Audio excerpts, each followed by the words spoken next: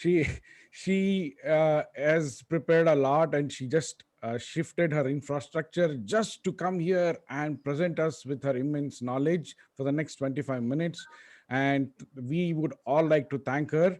So Satya, Ah, would sir, you I will would introduce her. yeah, thank you so much. Dr. Jyoti Maheshwari. She is a transformational trainer and psychiatrist and also physiotherapist with a 25 years of experience. She is also the founder of Me and Mind, an initiative to interact with the educate people about mental hygiene through her SWAN. Capgemini, she also conducted multiple corporate workshops for companies like HUL, Oracle, TCS, HDFC Bank. To name a few, stress management and interpersonal relationships are food. Dr. Jyoti loves to de-stress herself by spending time with her family, which helps her rejuvenate her mind. Prevention is better than cure, always the Dr. Jyoti's mantra. So, I welcome you, Jyoti ma'am. Please take over the session. Yeah, thank you. Am I audible? Yes, you are Yes, audible. ma'am, you are very Very much audible. great. That is the Welcome humble back. of sharing knowledge, ma'am. So Murphy's law in practice. Okay. Very much. Yeah. So here we go. Thank you, Satya, and thank you, Naveen. Thank you, Kushalji. Thank you, everyone. I'll just like to make a small correction. I'm Dr. Jyoti. I'm psychiatrist and psychotherapist, not the physiotherapist. And with this, and I had this Me and Mind and started Swaman campaign. That Swaman is Swachhaman Swastaman, with the idea of bringing that transformation in people's life. And we heard in the beginning from Mr. Sudarshan Ikigai. So maybe my Ikigai is stress management and interpersonal relationship problems, right? So in my 25 years of practice, I have seen so many people coming to me for different kinds of relationship problems. They are majority of time, obviously, it's a marital issue between husband and wife, or even if they're in living in relationship, the partners, or sometimes there is a generation gap. So there are issues with the children, or there are issues with the colleagues, co-workers, or with your boss, or a typical maybe Saas Bahu saga, right? Daughter-in-law, mother-in-law. So there are different kinds of relationship issues which I have seen in my practice. And with this psychotherapeutic technique, especially the reorientation psychotherapy and also the interpersonal therapy, I have helped them to come out of their problems and have lead happy and harmonious life. So all that experience, what I have in that, what was the one thing what I found, though there were different kinds of relationship, different issues, but into the solution, the foundation, what was there, you know, to have a strong relationship, have that strong foundation on which you can build those relationships, have the strong support system. And that is when I decided to design this small module of today's my talk about 4 pillars of relationship, harmonious relationship. With that, just give me a second where I'll start my screen sharing, and you can just let me know when you start seeing my screen. I hope it's visible.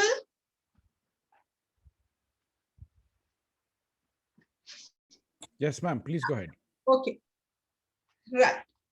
So friends, there's a lot of research has been done on the social psychology field, and where they have found that healthy and harmonious relationship plays a lot of role. They impact our life in positive way. They help in reducing the distress, they help in increasing our health, and obviously increasing our lifespan. Okay, so with that, let's see, find it out. What are these 4 pillars of harmonious relationship? We will be seeing it one by one. So let's have little exercise for your mind. Okay, all of you can start thinking and guessing what could be our first pillar while I tell you a small story about it. I'm sure all of you will be able to guess. Maybe you can put it into the chat box. So this story is about a farmer who stays in a small village, and he has to go to the another village for selling his crop and buying all the necessities.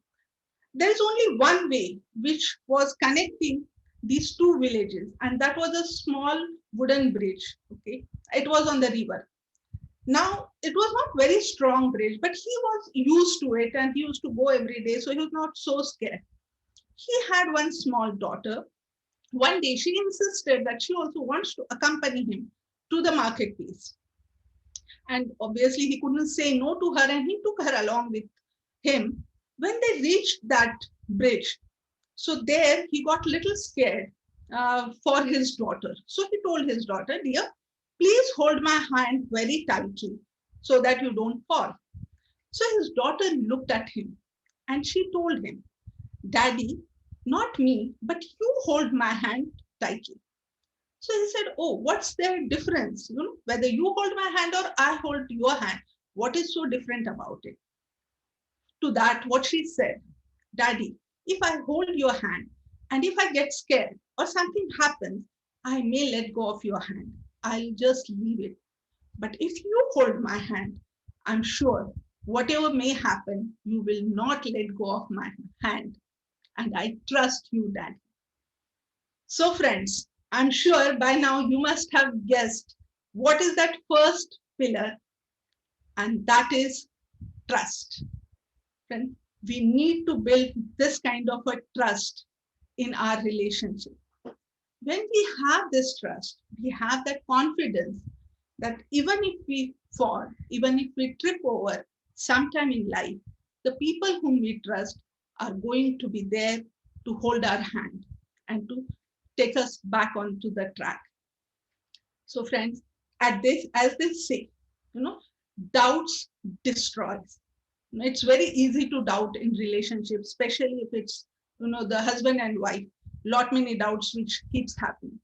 So doubts always destroys, but trust is what ties us together. So we need to develop that trust in our relationship.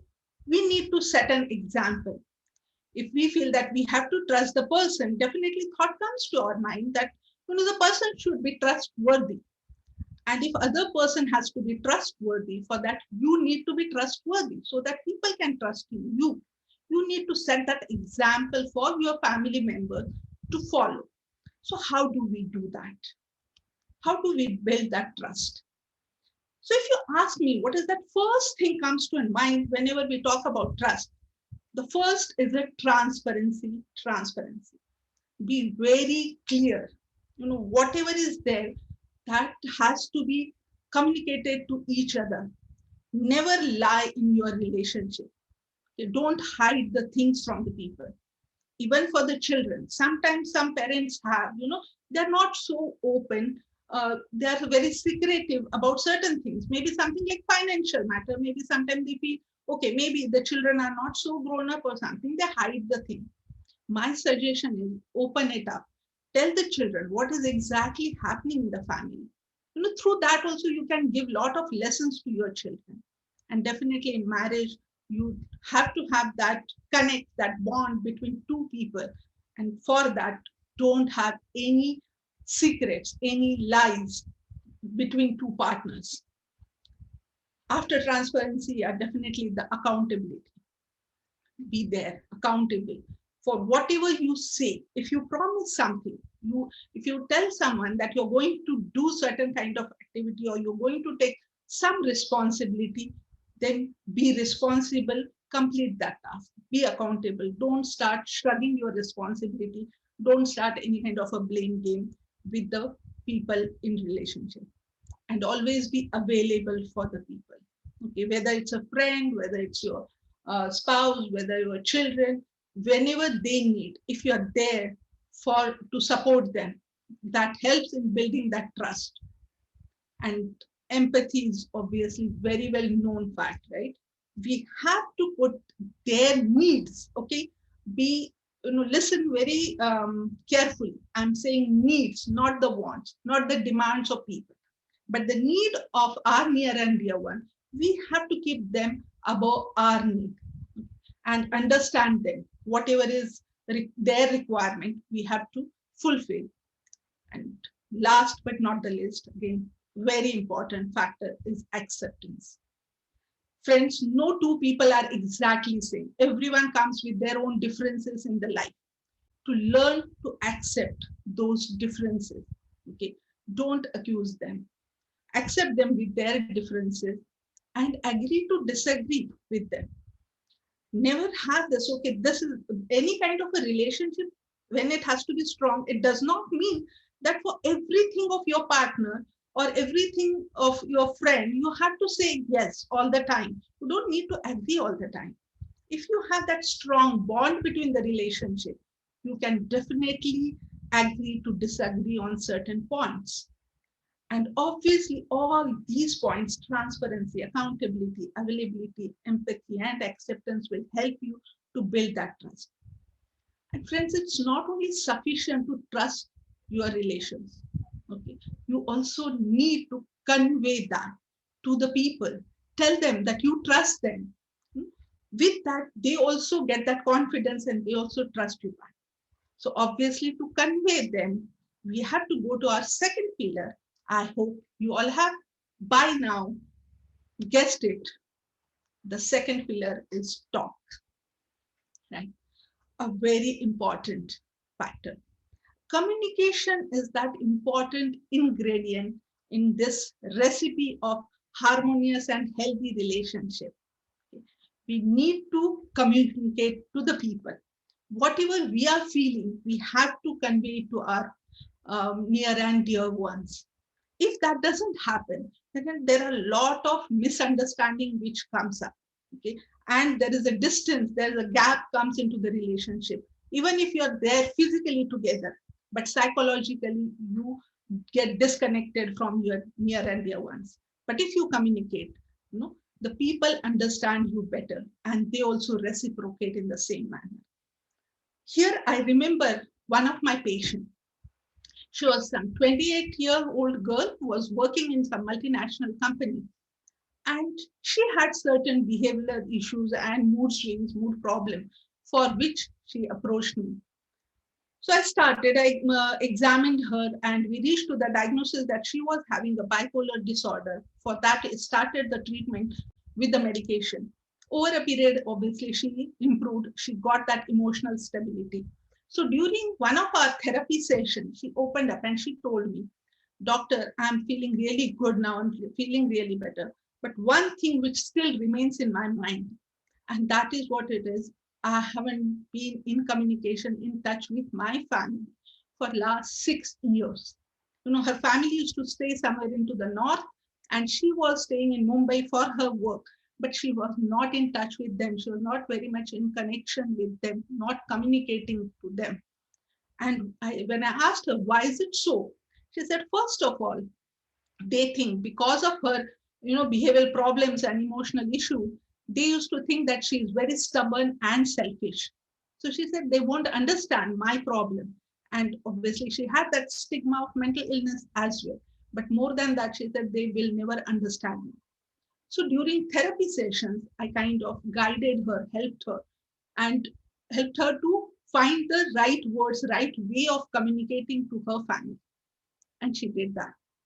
And friends, let me tell you, after 2 months or so, after our end of our sessions, after 2 months, I got a call from her.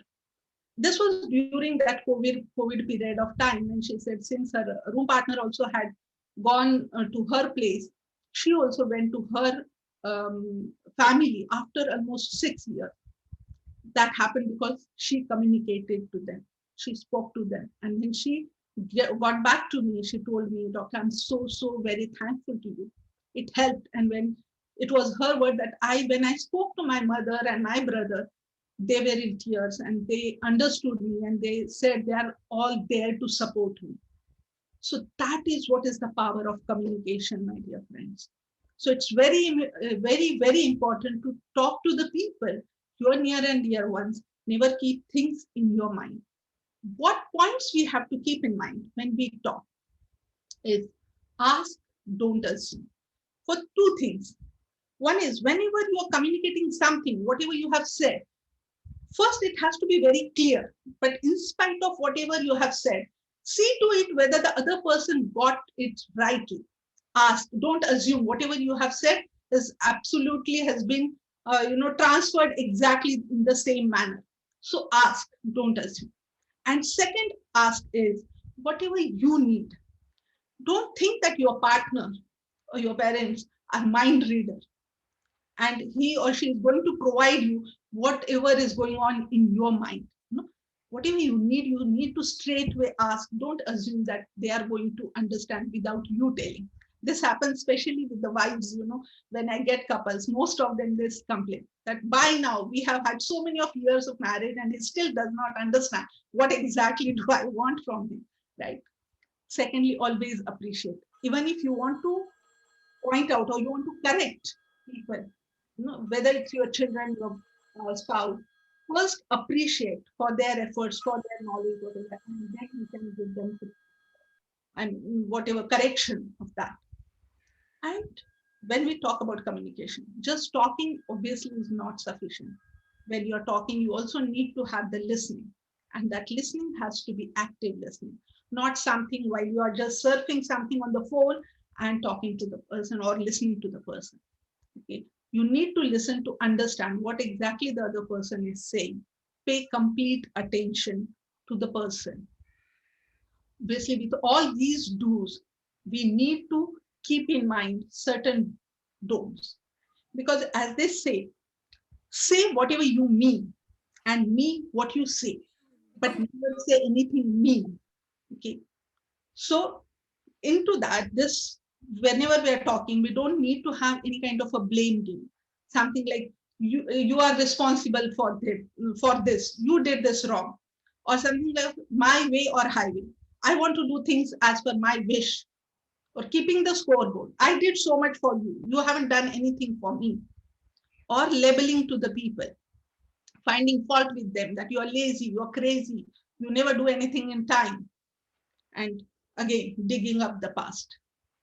Many a times when couple come to me for the therapy, they always talk. The arguments start on something very silly, but it goes on into, yeah, last time also you said so, you did this, So everything, whatever is happening, as they say, I'm not going to forgive you, and I'm not going to let you forget about all this, right? So always issues, problems comes into the relationship. There is always disharmony because we land up into all these wrong communication practice. We are either focusing into the past or maybe worried about the future, but not in this present moment. And that is the clue for our third pillar, that is time. Very precious, very important, right? We have that fixed time, only 24 hours in a day. However amount of money or wealth you can give, but you can't buy time, not even a single second. So it's very, very important, the time what you spend with your family members and with any kind of, like with even with the friends. I remember, like, if whoever are the school friends whom I was very close for a long time, but then we drifted apart because of our life, like we got married and in different cities, different profession, everything. So now I spend more time with my friend who stays in my neighborhood. So obviously that connect is much more in current situation. So time is really important factor. And whenever we talk about time, always what comes, the first thing is everyone keeps talking about quantity or quality of time. It's not important how many hours or how many days you're spending together, but what is important is how you are spending that day, that time. Is it in this manner, right? Many of you may be able to identify with this, right? The Everyone is together, family is together, but everyone is busy on their own gadget. We are not actually communicating to each other, we are not spending time with each other. And vice versa. Look at this other picture. You need to be with your children, even if they are doing their own work, or let them be with you while you're doing certain work into the kitchen or your office work. Or I always say, get into connection with your Oh, that's my time is coming to end. Yeah, ma'am. You have to wrap up. Okay. So the pictures are speaking for yourself, for themselves for this time, right? So always remember whether you want to have this thought, I wish I had spent more time, or I'm glad that I did that. And what is the last is touch. Okay. So it's trust, talk, time, and touch. These are the four strong pillars to have this harmonious relationship. And touch is not only romantic touch. It can be just pat on your friend's back or your colleague, or it's a gratitude what you are showing for care or blessing. And what about even the doctor-patient relationship, which I always experience in my sessions, in my therapy. Okay, that trust what they show with that touch. And today, my dear friends, we have built this another relationship of speaker and listener, the audience which is there, where you have trusted in me, given your precious time to listen to my talk. And I hope I have been able to touch your heart with this. So let this relationship become stronger by being in connect with me on my social media. With that, I end my presentation. Thank you, and over to you, Satyajyoti and Yeah, Dr. ma'am. That was awesome session. The story was very inspiring. The four T's, which are trust, talk, time, and touch, that are very important four pillars of our life. It is important for each and every relationship, not only mother and daughter, father and son, for each and every relationship which is on this earth. So very goodly explained. Four T's of life. I have learned many things in this session, ma'am. So thank you very much, taking so much risk for sharing your knowledge. Thank you. Thank you, Dr. Jyoti. Thank you so much once again. Having made arrangements in the infrastructure, also we were So last happy but to. not the least, just give me 30, half a second rather, I would say. Here, I would like to thank my family, my husband, and both my sons who really helped me to, be able to do this here on this platform. Sure, ma'am. Thank Certainly. you to all of you. Only trust, ma'am. Trust. Right. The relationship speaks there. True to your words. Okay. So, Satya, Ah, sir. Who is next, sir?